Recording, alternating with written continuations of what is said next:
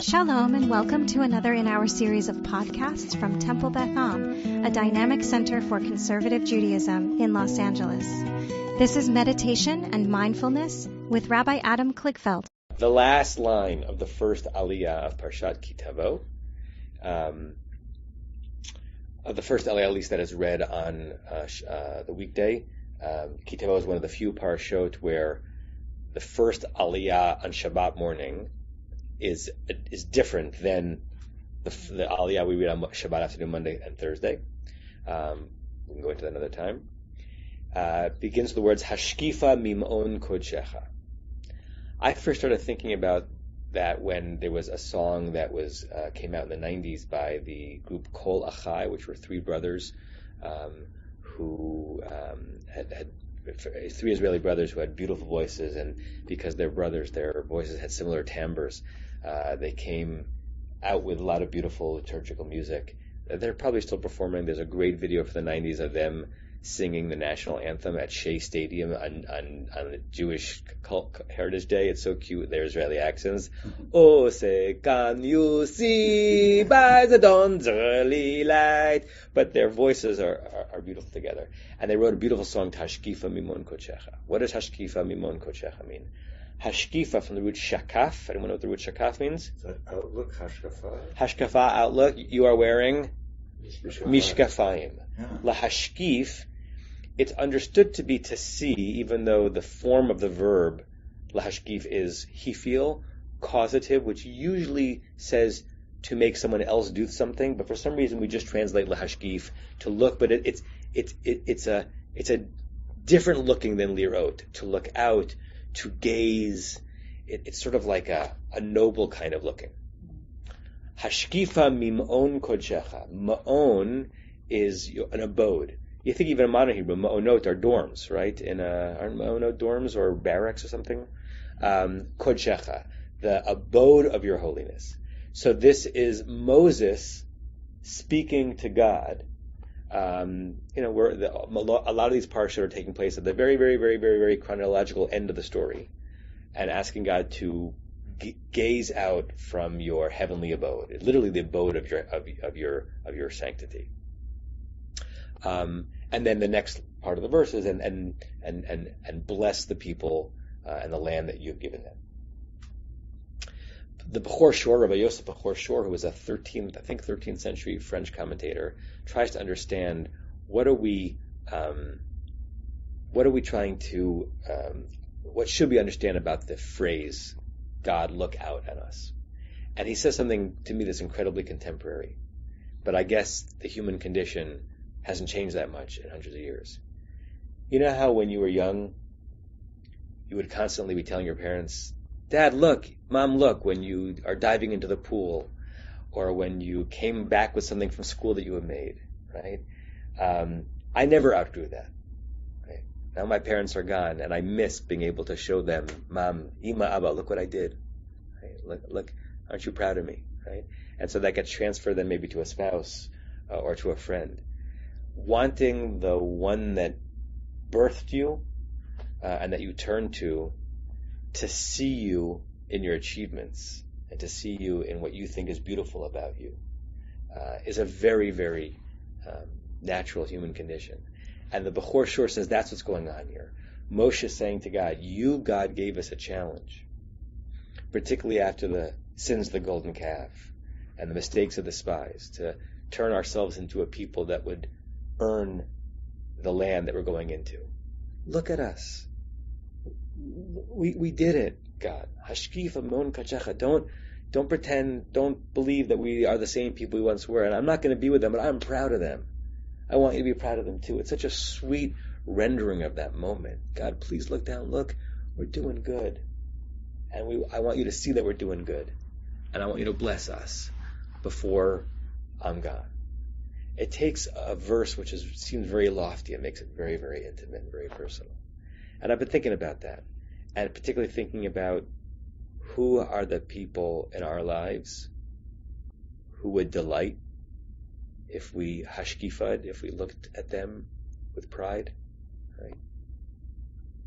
And what is it about who we are that we're most proud of, that we would love God to see. So that's the notion that I've been pondering, and that's the thing that I want us to meditate on and through. And as always, there is a tension between meditating to empty the mind, which is a profound amount of what meditating from the Eastern tradition is all about, and meditating on a something, on an idea, to go deeper into it, to see how it flows through us, which is some of the ways that we have a nexus between the Eastern and the Western traditions of meditation.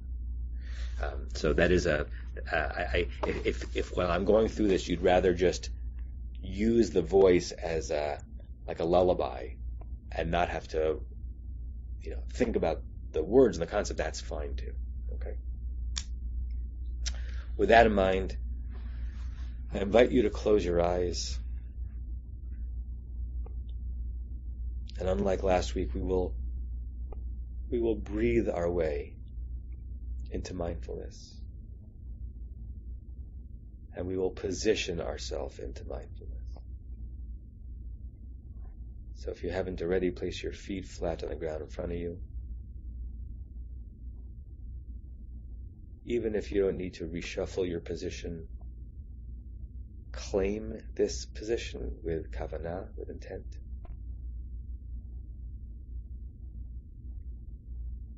If there are micro adjustments that will make you feel more alert, more present, slightly straightened back, the neck holding your chin a little higher, maybe one of the only places in your body that will hold some tension, the spine and the neck, and let everything else wonderfully hang and sag and yield to gravity.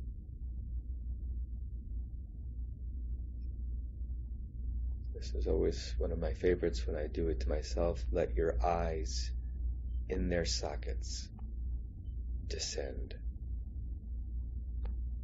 and just fall into that cavity so that even your eyelids and the muscles around them are relaxed.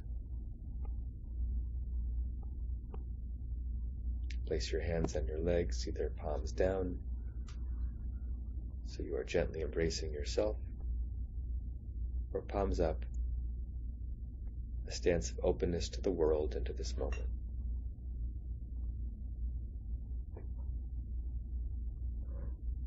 For these moments, to quote one of my teachers from India, there's nothing to see, there's nothing to do, there's nothing to want. There's nothing to see. There's nothing to do. There's nothing to want. These moments are sufficiently full as they are.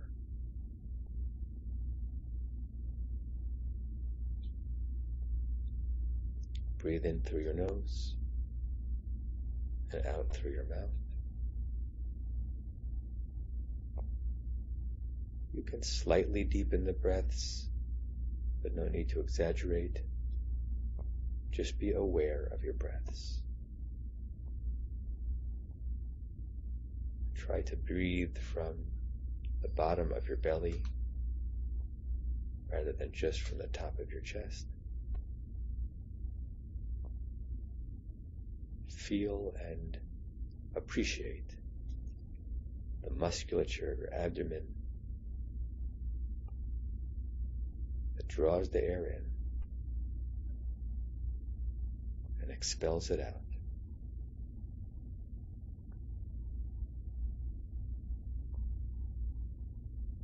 The nishima, the breathing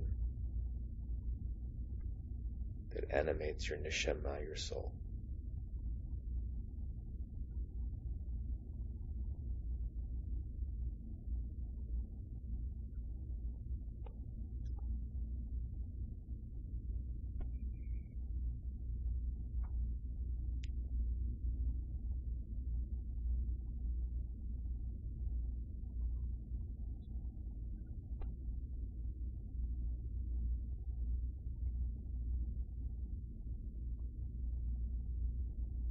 Hashkifa mimon kochecha. Look out from your lofty, distinct other place. Look, Mom. Look, Dad. Look, God. I've got something to show you. Something I'm proud of. Something I think you would be proud of.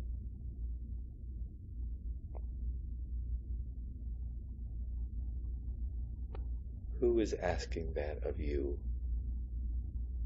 Saying that to you, and you haven't noticed?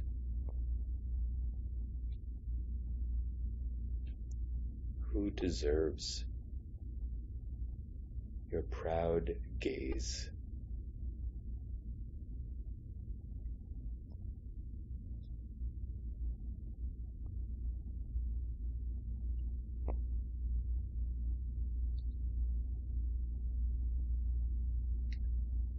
And if God were gazing at you,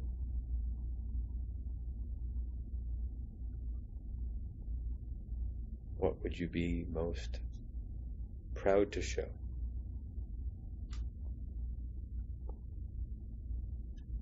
And what needs the most work?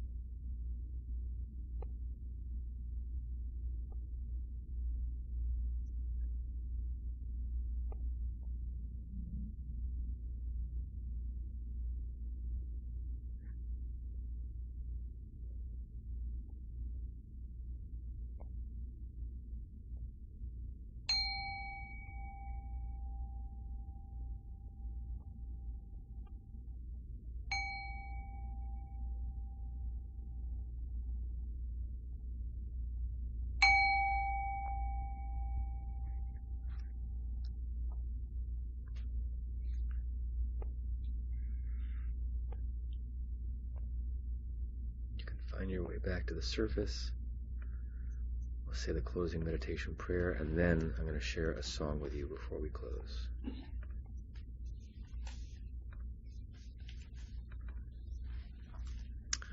We say this 3 times. May we and all beings have happiness and the causes of happiness. May we all be free of suffering and the causes of suffering. May we all experience true happiness that has no taint of suffering. May we live in great equanimity, free from burdening attachment to loved ones and contempt for others, but rather with compassion for all. May we and all beings have happiness and the causes of happiness. May we all be free of suffering and the causes of suffering. May we all experience true happiness that has no taint of suffering. May we live in great equanimity, free from burdening attachment to loved ones and contempt for others, but rather with compassion for all. May we and all beings have happiness and the causes of happiness. May we all be free of suffering and the causes of suffering. May we all experience true happiness that has no taint of suffering.